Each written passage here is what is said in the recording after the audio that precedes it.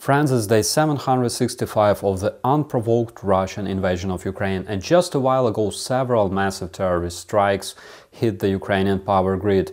We have reports about blackouts in Dnipro region, also Poltava and Cherkasy. The Russian terrorists used ballistic missiles for this attack, including hypersonic Kinjal missiles, as well as cruise missiles launched by strategic aviation, and numerous Iranian Shahed drones, which are now being produced in big numbers at a recently built Russian military factory. According to the Minister of Defense of Ukraine, Rustam Umerov, 97% of the Russian missiles, bomb and strike drones over the past 2 years hit exclusively civilian infrastructure in Ukraine, with the overall damage equal to 9 kilotons of explosives. Almost 1,000 of civilian deaths confirmed by the UN were caused by the Russian missile strikes and drones.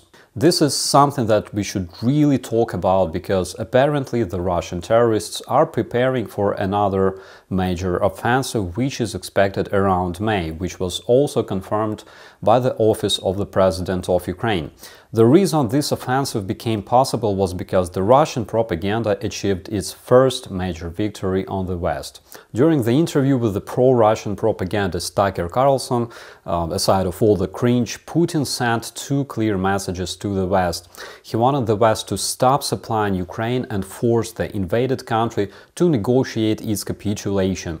What we see today is that the pro-Russian forces in the US are obediently blocking the military supplies to Ukraine for almost 2 months, just as it was requested by Putin. See what Putin asks and what some of the American conservatives do to please him, and you will hopefully understand that those people care about anything but America. If you have doubts about it, I want to remind you that the Russians sincerely hate the US and dream of seeing it in ruins. Those Americans who support Russia by spreading its narratives or rooting for the Russian terrorists or spreading hate against Ukraine, which was always their ally and friend and partner, they basically betray the US and root for the demise of their own country. Just the same way it happened with those pro-Russian people in Ukraine who supported Putin and later died from the Russian bombs in places like Mariupol or Bakhmut.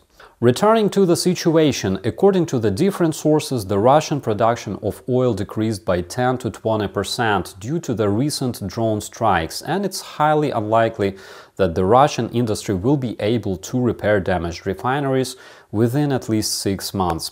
It is closely related to the Russia's decision to stop the oil export for the same period of time, sacrificing the export in order to save Russian internal market from the inevitable collapse, because the terrorist forces are focused on preparing for the last massive advance coming in May or June.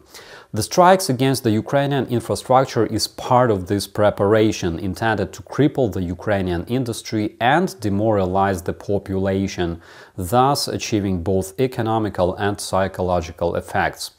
What are the chances for the Ukrainian defenders to withstand the upcoming attack? With the pro-Russian decision-makers in the US blocking the military supplies to Ukraine, the Russian terrorists who acquired the initiative will be able to conduct offensive at any span of the front line, and the outcome can be devastating.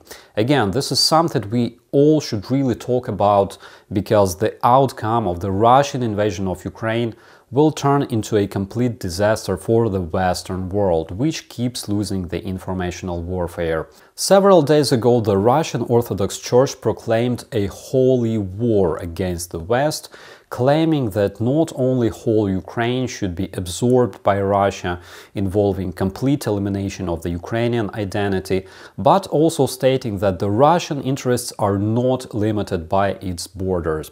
The Russian Patriarch Kirill, who operated as KGB agent in Switzerland, called this war a Russian national liberating conquest against criminal democratic Kiev regime and the collective West, meaning that the Russian Church now officially recognizes you, my friends, as enemies of the Russian world.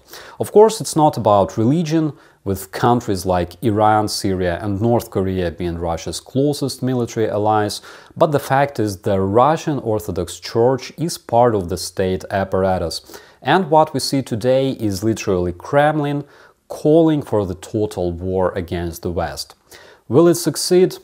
It only depends on you. With that, my friends, I wish you all a beautiful day. I'm Operator Starsky. As always, be safe.